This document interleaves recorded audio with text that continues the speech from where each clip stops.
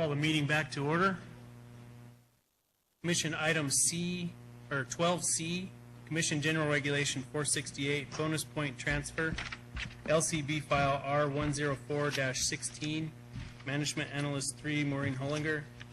Workshop public comment allowed. The Commission will hold a workshop to consider amending Chapter 502 of the Nevada Administrative Code. Existing regulation provides for the accumulation of bonus points by a person who applies for certain drawings for tags requiring for hunting certain species. Such bonus points accumulate and give the person a mathematical advantage in subsequent drawings for a tag. Under existing regulations, a person who changes his or her state of residence may request a transfer of any accumulated points to himself or herself as a resident or non-resident of this state as appropriate. This regulation change provides the authority of the department to make such a transfer automatic upon the person's change of residence. Maureen? Thank you, Mr. Chairman and Commission. Maureen Hollinger, Management Analyst 3 for the Department of Wildlife. I'm here to workshop CGR 468 LCB file R104-16. I'll go over the summary, the background, and the regulation today. As you stated in the opening statements, existing regulations regarding the big game tag application process provide for the accumulation of bonus points by a person related to species categories when the person applies for certain tags for those species categories and is unsuccessful in obtaining such tags. The accumulation of bonus points from year to year enhances the tag applicant's chances of drawing a tag. Once a tag is drawn, the number of accumulated bonus points reverts back to 0. Additionally, if a client does not apply for a tag for a specific species for 2 consecutive years or does not make a written request to transfer their points because of the change in residency, their accumulated points revert back to 0. Under existing regulation, a person who changes residency would have to request a transfer of their accumulated bonus points to their new residency status. Such a request must be made in writing. This process can be confusing for clients and sometimes results in inadvertent loss of bonus points because they don't even know the requirement exists. This regulation eliminates the residency association with bonus points and nullifies the need to make a written request to the department to make that transfer. This change simplifies and eliminates an otherwise confusing administrative step required of the client and the department. For background, there have been several regulatory changes since the inception of the bonus point program. Originally, bonus points were awarded by hunt number, and the hunts had a residency association to them.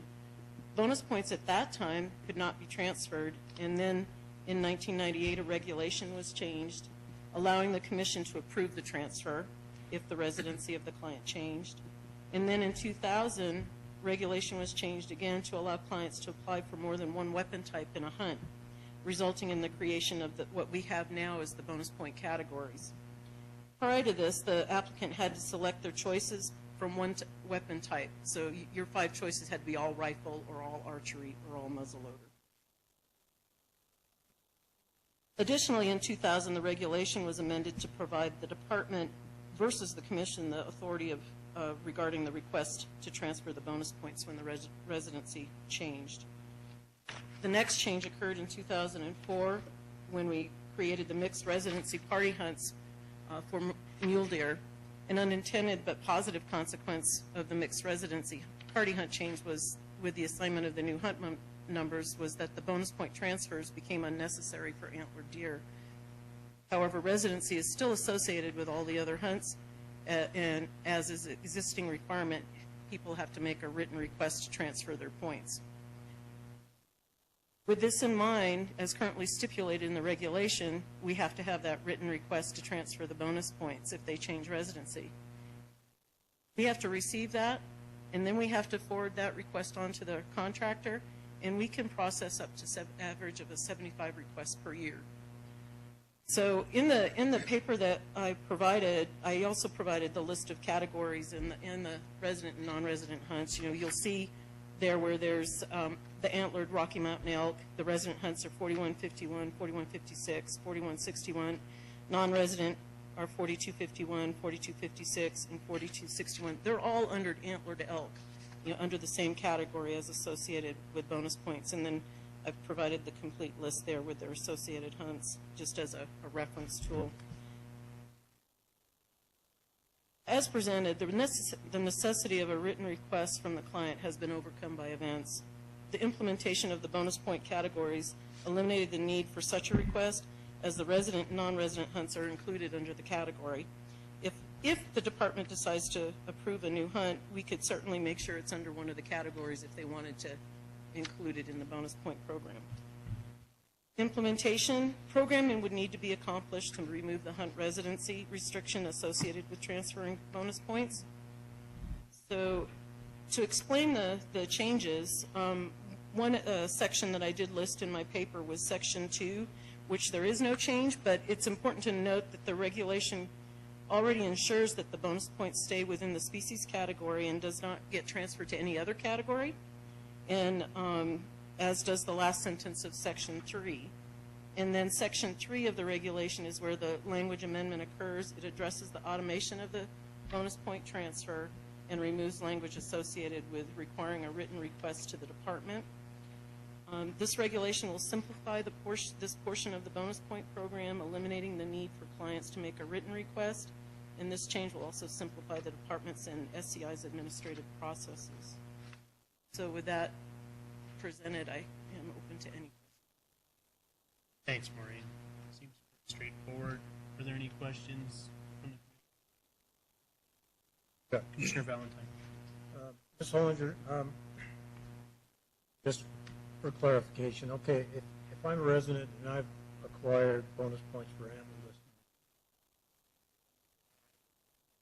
I become the non-resident. Do those bonus points go away because there is a non-resident hunt? Right now, our antlerless mule deer hunt is a mixed residency hunt. It's available to both residents and non-residents. Because that's a category, they stay with you. I don't need a written request because it's a mixed residency hunt. It's traveled with you when you transferred your residency. As a part of that regulation change that allowed for you to apply with someone that's a non-resident or a resident applying with a non-resident, that was just an inadvertent positive thing that happened with that allowance for those mixed residency hunts. All our other hunts have a separate residency requirement and require that written. But our antlerless mule. Antlerless, as in doe hunt? Yes. We don't currently have a non-resident hunt, but should you establish one with this change, it would just travel with you. If you have a doe permit points now, they're not available. They go into a stasis because non-residents don't have a hunt available to them. You don't lose them. They just no hunt available. It's closed. And so after 2 years of not applying for antlerless mule deer, bonus points will go away. Correct. I actually misstated what I said before. If it's a closed hunt, like your Rocky Mountain bighorn sheep, where we've had a hunt and it's closed, that's where it won't go away. It just stays with you.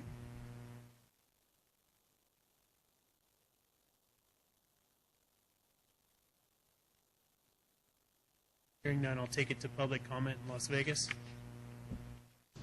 No comment in Las Vegas, thank you. Public comment in Elko. No comment in Elko. And public comment in Reno. Hearing none, I'll bring it back to the commission. And Director Wasley, did you have a comment? I just wanted to provide some clarification on Commissioner Valentine's question and Ms. Hollinger's answer. If you as a non-resident, if there was a non-resident hunt available and you accrued any points for that hunt as a non-resident, and that hunt went away and you didn't have a hunt for which to apply as a non-resident for 3 or 4 years, you would still retain those points. The only scenario in which they go away is if you accrue those points as a resident, become a non-resident, and then don't have that hunt to put in for because it never existed and there are no non-residents with points for that, then they would go away. Do you think it would behoove us to put some clarification in this regarding that, or do you think it's an issue that we really don't need to? Mr. Chairman, Commissioner Valentine, I think with this change, that residency issue goes away. If it's under the category of antlerless deer, it stays with the client versus the hunt, which is where it's at right now. So it'd be under that category. Essentially, we don't mind where you're living. You've applied, got points in that antlerless category for deer, it would stay in that category. If there was, so they wouldn't go away. To go away if you accrued those points as a resident for a resident hunt, a hunt that never existed as a non-resident hunt, and then became a non-resident and didn't apply for 2 years, using the antlerless deer hunt. I'm still misunderstanding. Yes, that is correct. Yes. I'm not used to thinking about a non-resident antlerless hunt. That clarify for you? Oh, yeah, Commissioner Valentine? clarifies for me. I don't know if we need to put some verbiage in here regarding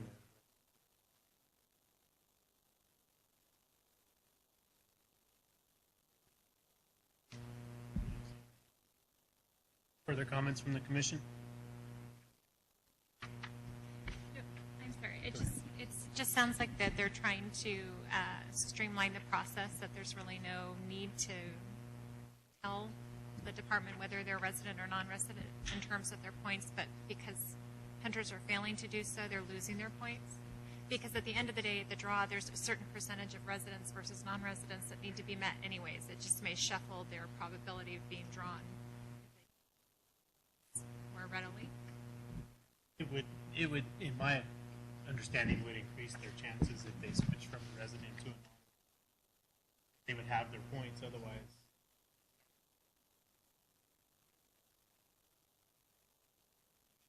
Residents don't have fire. So they Yes. do. Oh. I think it would do two primary things, and it would avoid the inadvertent loss of those points by either by non-residents moving in and becoming residents, or residents moving out, which currently has to be accomplished through a transfer process. So that's one thing it would do, is avoid that inadvertent loss due to a lack of awareness or knowledge of that process. And the second thing it would do is it would streamline a process where we, for the last 3 years, have averaged 75 transfer applications. And I don't know how many individuals have not requested that, either because they don't know it exists. It would just mean that those points that individual accrued specific to those hunts would go with that individual. They would still have to determine, they'd still have to designate whether they were resident or non-resident in the application process, but the points and the accrual of those points would be independent of residency. And do you check residency status of hunters nearby states? For instance, like Utah or California or Idaho? If you have, and I guess what I'm thinking is, how you have individuals that may try to shift where their residency is for, say, state tax, income tax, or something like that.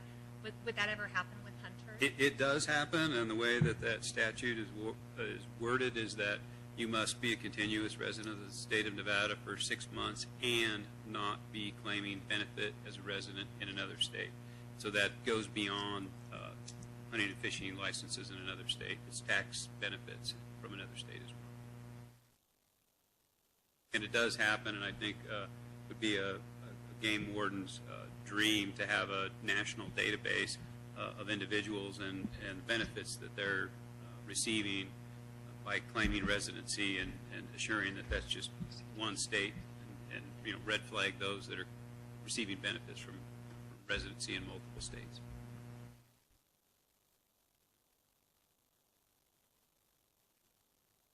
Anything further from the commission? I think at this point, if there's no wording changes or any other comments, I think we would move it out of workshop and bring it back. Any objections to that? Thank you, Maureen.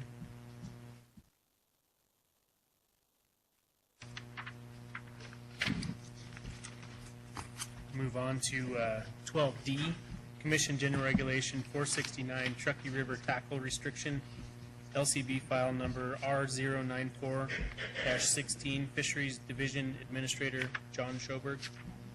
and supervising fisheries biologist Kim Tisdale.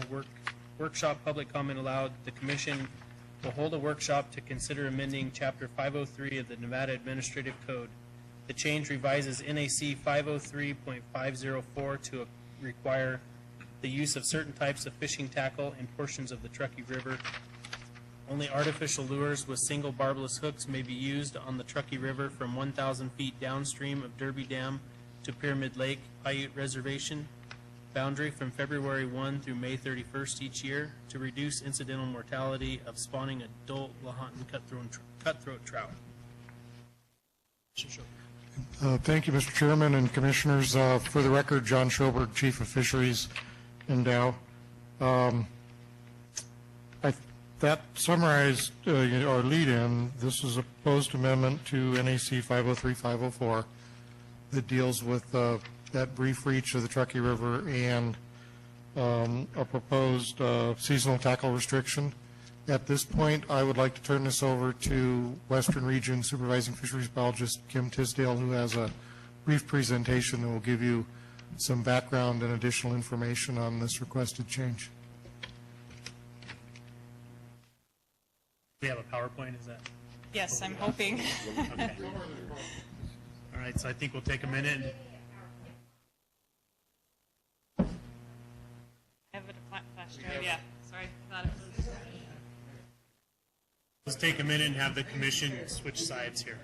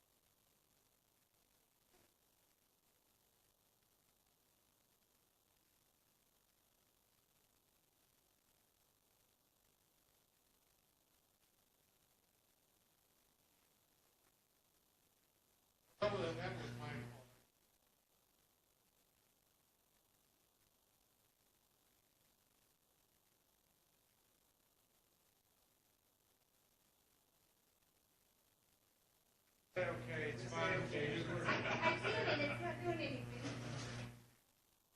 Got a hammer, Katie, just hit it.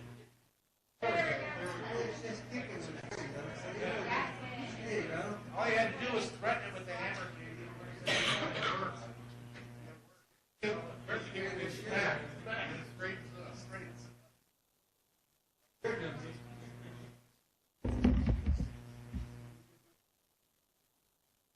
Good? We're good. Okay. All right, so when I did a PowerPoint, I wasn't anticipating all you guys being like in the front row of the movie theater, so I'm glad we time to move. Better spot. My name's Kim Tisdale. I'm the supervising fisheries biologist for the Western region. And since we're doing this workshop, I just thought I would take the opportunity to give you guys a little background on fishery. Oh, sorry. Why this is the fishery of Pyramid Lake and a little bit of the history and the management, so you have a better perspective of what we're trying to do here. So, is that for me or for you? That's for Katie to say you want to disconnect.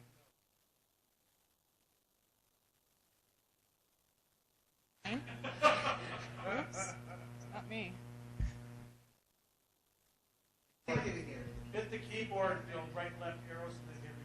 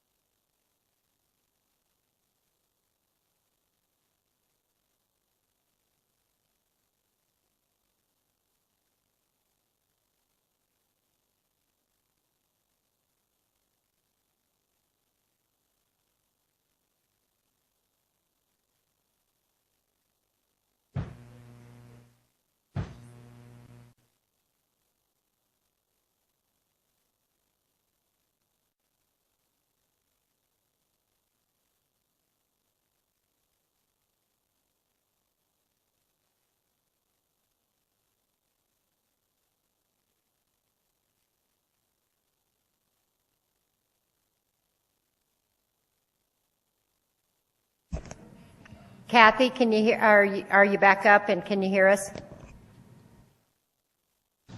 I can hear you, Katie. Go ahead. Okay, it's a good thing it's the last agenda item for the day. Things are unraveling. So I wanted to kind of give you a process overview because this regulation includes not only tackle restriction, which is NAC, which is what we're doing the workshop on today, but also season and bag, which will be addressed at the commission meeting next month. So the current regulation on the Truckee River is right now from the California state line down to the reservation boundary. It's open year-round, any hour of the day or night, except that portion which is 1,000 feet downstream of Derby Dam, which is closed to fishing, and the limit is 3 game fish. At the end of this process, we hope the following will be added, except that portion 1,000 feet downstream of Derby Dam to the boundary of the Pyramid Lake Indian Reservation, only 3 game fish, of which 0 may be trout, catch and release only, using only artificial lures with single barbless hooks from February 1 through May 31. So that is, at the end of this 2-month process, the regulation that we hope to have in effect on the Truckee River. Like I mentioned, it's a 2-part process. The NAC change, which we're we're workshopping today and next month. And then next month we'll also have the season and bag CR amendment to CR 1602 to establish the zero limit for that same time period.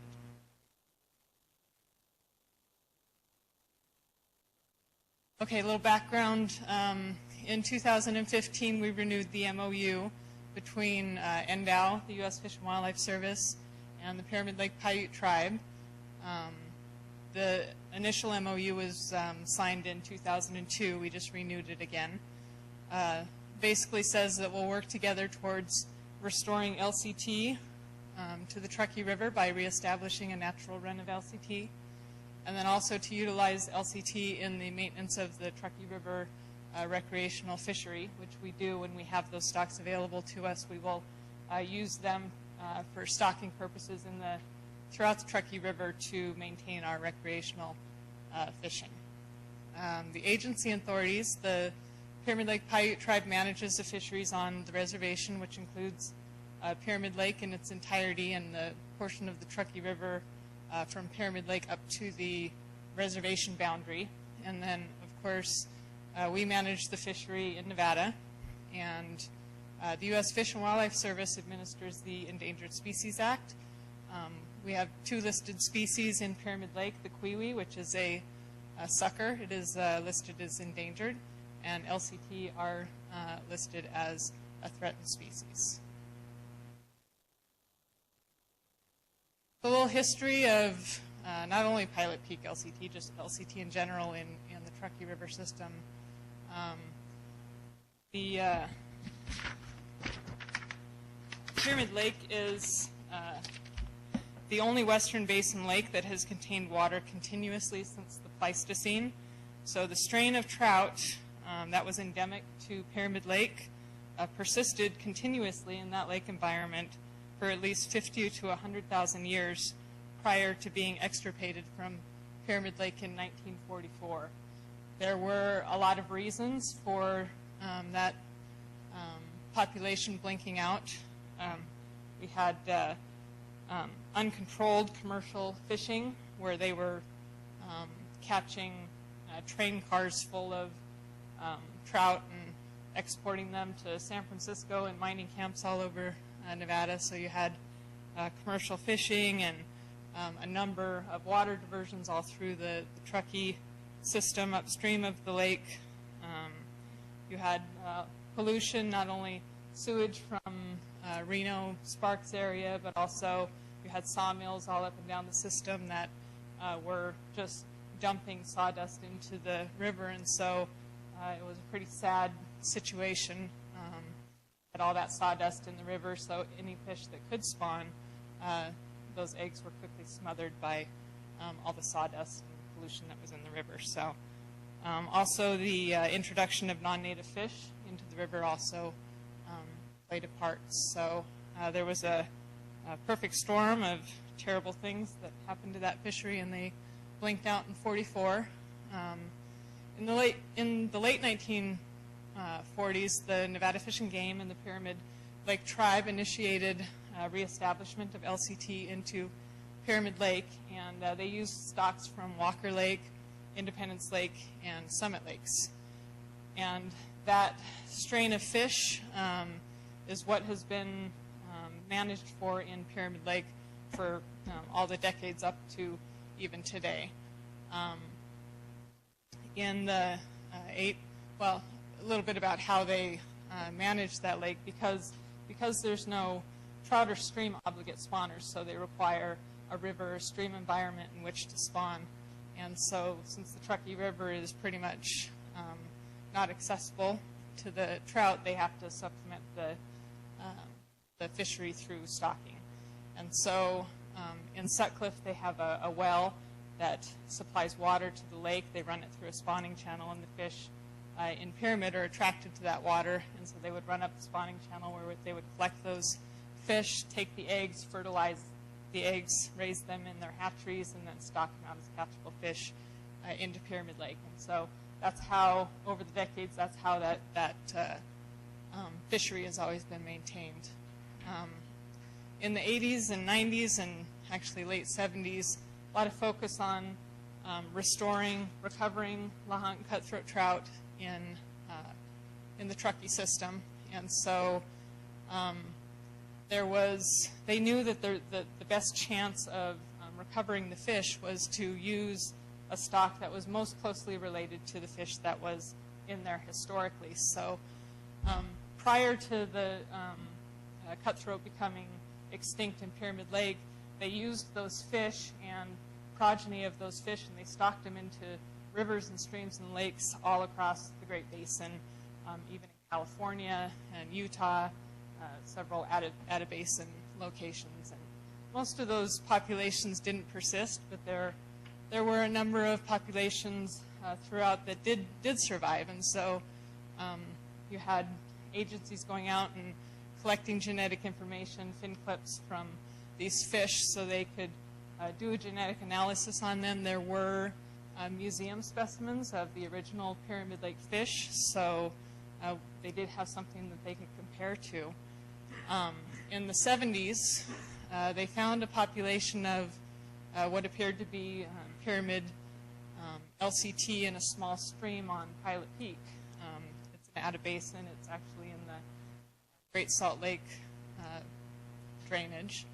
And these fish looked like, pyramid LCTs. So they took a genetic sample from these, and after running the genetics from all these different samples from across the range, they determined that not only based on the genetic analysis, but also on anecdotal information, stocking records, and they came to the conclusion that these fish that were living in a small stream on Pilot Peak for decades were the most closely related, came directly from Pyramid Lake. And so in '95, the U.S. Fish and Wildlife Service began culturing these fish in their federal hatchery, the Lahontan National Fish Hatchery, which is in Gardnerville. And in 2006, they began stocking these fish into Pyramid Lake in cooperation with the tribe. So fast forward 10 years, and these fish are really starting to exhibit some of these, big lake lacustrine characteristics that were, a part of that life history of Pyramid Lake. So they look even more impressive up on that big screen there. So people are very excited about it. These fish are the recognized world record for cutthroat trout at a Pyramid Lake is 41 pounds, and that was from 1925, so that was from the original population. These fish, so far the biggest fish caught out there has been 26 pounds, which is really big, but not quite to that point. But we do see we're seeing bigger fish every year, and so nobody really knows how big they're going to get, but obviously there's a lot of focus on them. It's good for recovery, and it's good for recreation. The tribe is really seeing a lot of people coming. I mean, people come from all over the world now to Pyramid Lake to try and catch one of these big fish. So there's a lot of excitement, and there's a lot of good things for recovery happening here. So providing a map here just to kind of give you a little idea of some of the places that I'm going to discuss. Okay, so obviously Pyramid Lake up there. You got Reno down here. Marble Bluff Fish Facility is about 3 miles upstream of Pyramid Lake. We'll talk about that. Numana Dam is another 10 miles upstream of that. And then you have 27 miles of river right here upstream of Numana Dam to Derby Dam. And I also put the boundary for the Pyramid Lake tribal boundary is right there. So if you're driving out 80 and you cross over the river where the river turns north to go to the lake, just upstream of that a little bit is where the reservoir is. So the section of river where we where this regulation would be effective is from that boundary up to 1,000 feet below Derby Dam. Just maybe just discuss that a little bit. That closure of the river from Derby Dam to 1,000 feet downstream has been in effect for decades. Nobody can ever remember when that regulation was not in place. And the reason, I've never been able to find any documentation on it, but in talking with some of the retired fisheries chiefs, the reason why that was in effect is if, when the big LCT would move upstream, they would, the regulation prevents overharvest of fish that are kind of concentrated and piled up right below that fish barrier. Okay, so the Marble Bluff Fish Facility is a structure that's about 3 miles upstream of the lake. It's actually a grade control structure. When Derby Dam was put into place, most of the water got diverted over into the Carson Basin, and so lake levels in Pyramid Lake started going down because there was more evaporation than there was actual water flowing in. And so as the lake level receded, it exposed a big delta where the Truckee was running in, so it was wide and shallow and with soft soils. And the river coming in started a big head cut that started moving up. And so Marble Bluff was put into place to stop that head cut from moving up the Truckee River. So this is the face of the dam. It's got these energy dissipators, big concrete blocks that dissipate the energy to kind of stop the heading. It also has fish passage built into it. It's a fish lock. So the fish will move up into this lock, and then the gates close, and then it fills up with water, and then there's like a kind of a fish elevator. It pushes the fish up through the water column and raises them up to the top of the structure so they can swim out into the Truckee above it. There's a fish, kind of a fish processing area where they can collect these fish before they move them upstream. You can see some of the fish that they're collecting at that station. The facility is operated by the U.S. Fish and Wildlife Service and the tribe as well. It also moves Puiwi up too. Puiwi also run. They'll use the fish lock the same way that the cutthroat do. They spawn in much bigger numbers though. So you can see from 2006 when they first started stocking these pilot peaks into Pyramid that it's kind of goes up and down. The number of fish that are running in the river is, it's almost entirely affected by river flow. So on years when you have a big winter and you have big runoff, you're going to have more fish that are trying to run up the river to spawn. So those higher numbers are reflective of good water years. Lower numbers, those years weren't quite as good. So this is this spring out at Marble Bluff, and you can see that they had a whole lot more fish moving up this spring than they have any year in the past. We had pretty good runoff this year, so there was pretty good flows coming down, which I'm sure spurred a lot of those fish to want to move up. This big spike here that's those fish are 500 to 550 millimeters, so about a 20-inch fish. Those fish were the fish that were stocked in 2010 when the Fish and Wildlife Service really started intensifying their stocking, so there was an increased number of fish that they stocked in 2010, and that's what's right here. So in future years, we should see this, this age class kind of move up in size. So the largest fish so far that they've processed at Marble Bluff has been 19 pounds, 34-inch fish. And like I mentioned, the biggest one that an angler has caught is 26 so So not only are they having these fish actually try to move up above Marble, a lot of the fish are actually utilizing the river below Marble Bluff to spawn and stage. And not only are they documenting spawning in the river, but they're also documenting recruitment, successful recruitment of young fish that spawn in the river, and hatch in the river, grow out a little bit, and then contribute to the population downstream in the lake.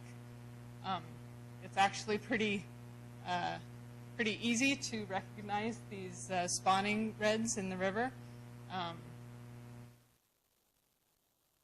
Cutthroat trout are similar to salmon. They're stream obligate spawners. They run up a river to spawn. They dig out a kind of a nest in which to lay their eggs, and so they'll do it just like salmon, where the female will dig out a red using her tail, and so there's a depression there, and then they lay the eggs, and then the female covers up the eggs with gravel. And so with the size of these fish, you can walk along the banks out there and look down, and it's very easy to see where these spawning reds are, because they're, these, you could see the fish and wildlife biologist there. He's got a measuring tape, 6, 10 feet long, some even bigger. Just these fish are just so big, they're making some really big reds. So they're documenting a lot of spawning activity down here. They estimated the number of fish kind of staging and spawning in the lower river was about at least 1,000 fish. So a lot of activity. It seems like there's every year increased numbers of fish moving up into the river.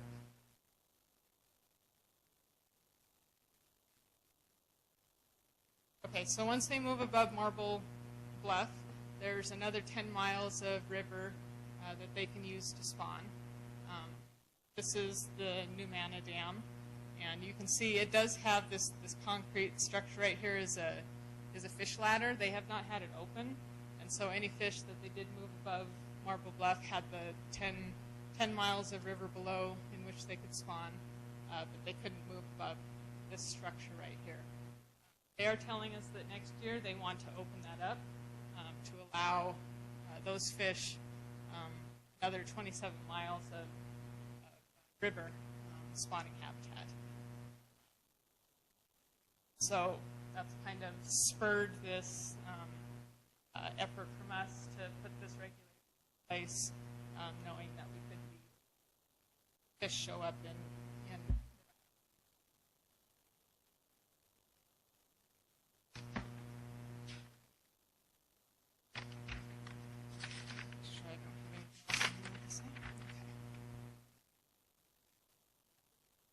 Okay, and so you have 27 miles of river between Numana and Derby Dam. Derby Dam is about 40 miles upstream of Pyramid Lake. It was constructed in 1905. I think it was finished and effective in like 1920s. And it is right now a complete fish passage barrier. In 2002, they did build this little fish bypass channel, but it has never been operational because there is no fish screen on the Derby Canal. So if fish move up into the river, spawn, those fish and their progeny could go down the Truckee Canal and end up in the Carson Basin, and that's not really what anybody wants. So it's never been operational, although it is there. We're told that they are working on a funding and designing a fish screen eventually for the Derby Canal, which would allow that opportunity to open up that fish bypass. And if they could get above Derby, then they have access all the way up until Verdine. There's a few. So that's a whole lot more river. So remains to be seen how long that will take. Probably quite a while. It's a huge diversion, so a huge fish screen, so a huge price tag, and a lot of maintenance involved in something like that. So we'll just kind of wait and see if that ever happens. But that's a little bit about the river below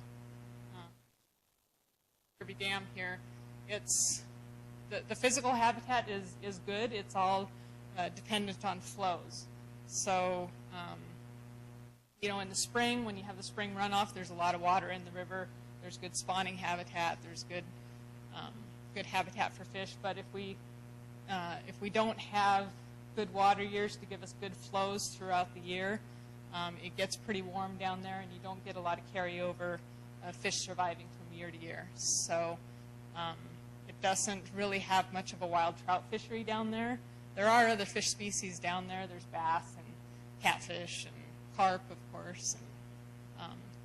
And when we have successive good water years, we do get trout that will carry over from year to year and develop a bit of a wild fishery down there. But it's pretty marginal, not very well used down there, just because of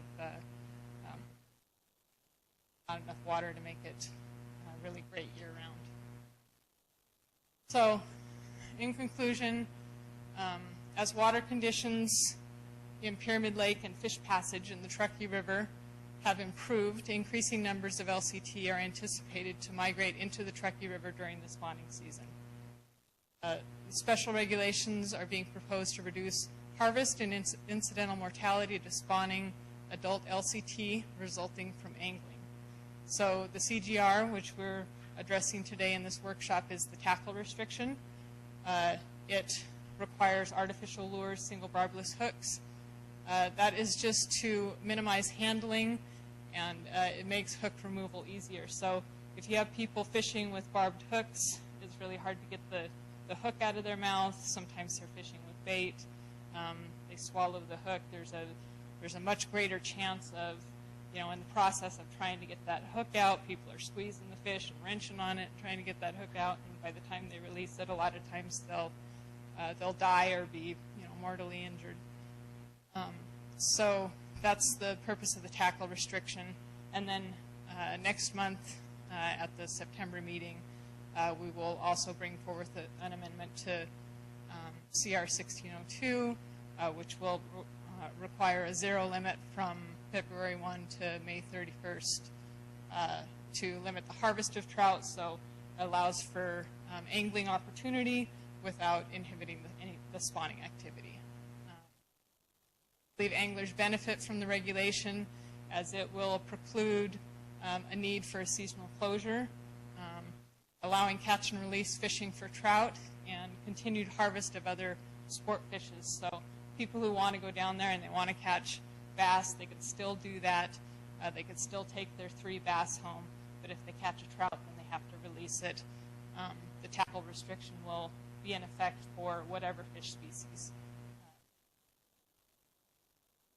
And then finally, LCT would have an increased opportunity to spawn, and their progeny would enhance the resident population in the lower river when we have good water years.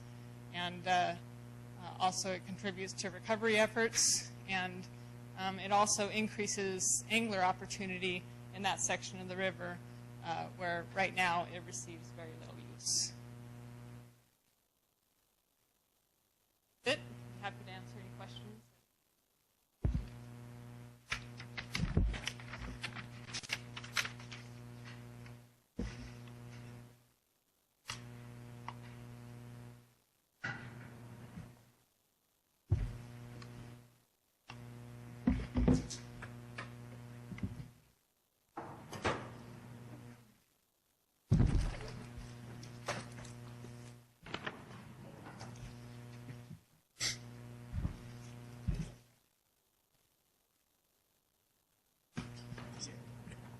Thank you, Kim, for a great presentation. I really enjoy when we have these presentations. It kind of helps us all learn something new that, you know, we may hear about, but don't get all the details all the time. Thank you. I really appreciate that. Thank you. I appreciate the opportunity. And then any other questions from the commissioners? Thank you. Thank you very much. Hearing no questions from the commission, I'll take it out to public comment in Las Vegas. Any comment in Las Vegas? No comment in Las Vegas. Thank you, Chairman. Comment in Elko? No comment in Elko. Comment in Reno?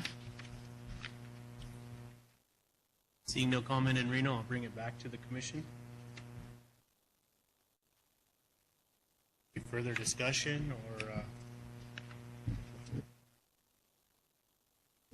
I was curious, did they ever go past the Verdi barriers, or what are the Verdi barriers?